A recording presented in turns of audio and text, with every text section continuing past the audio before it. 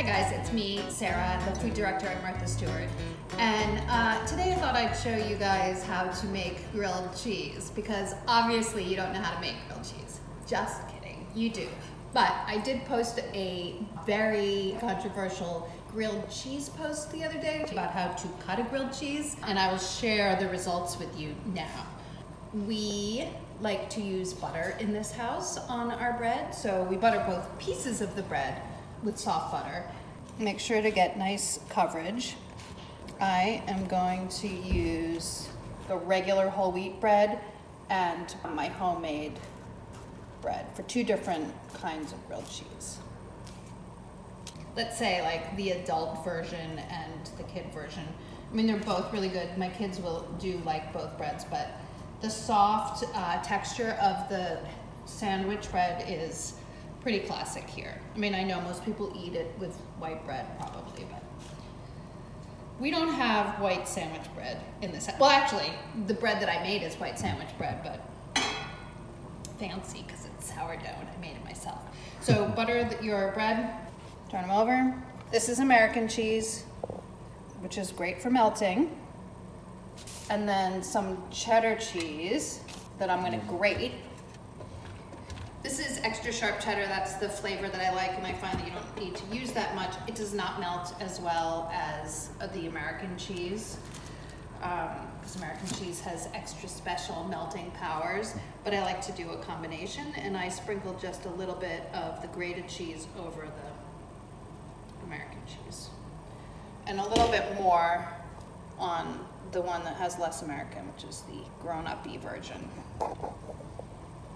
My pan is preheating on like a medium low because I like the pan to be warm when I add my grilled cheese to bees, grilled cheeses to be. And I like to cook it on a relatively slow-ish, not completely low, otherwise it just gets soggy. I'm just gonna do one at a time. Can I fit both? Maybe I can. I'm gonna try to fit both. What I like to do for this is keep it on sort of a medium-low heat, and then I use a lid of a smaller pan to weigh it down, and that helps it cook more evenly. So we'll just wait. When you're doing two in a pan, you may need to rotate so that they cook evenly. Actually, that cooked really nicely. That's because I had it on a nice low heat. But sometimes it'll cook like more towards the edge or more in the center, so you might have to rotate them. Oh, look at that. Oh my gosh. The outcome of my poll was that 95% of people prefer their grilled cheese cut into triangles as opposed to rectangles, which I thought was very interesting. I personally like to cut them into triangles too, but I never really realized why. And a couple of people pointed out that it's great for dipping in the tomato soup because the little edge is better. Some people felt like there was more surface area of cheese, which I think technically can't possibly be true. There were a couple of votes for into rectangles, very few. One person said that they liked it in rectangles because their mom cut them in triangles, and so they now do it in rectangles, and then someone else said the exact opposite. It was very interesting and quite funny, and I got a huge response.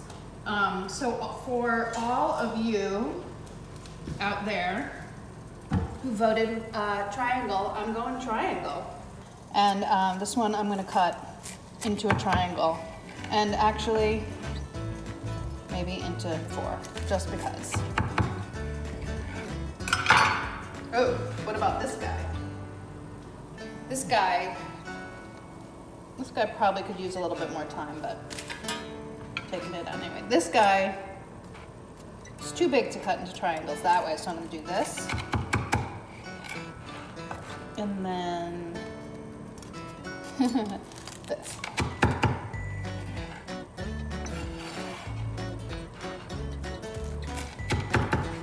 Alrighty. There you have it. I shouldn't bite into it because it's oozing hot cheese, but I'm going to anyway. Here are 2 grilled cheeses cut into triangles. Please enjoy. How is it? Good. Best hour? Which one did you take? The children. This one? The children's one? Yep.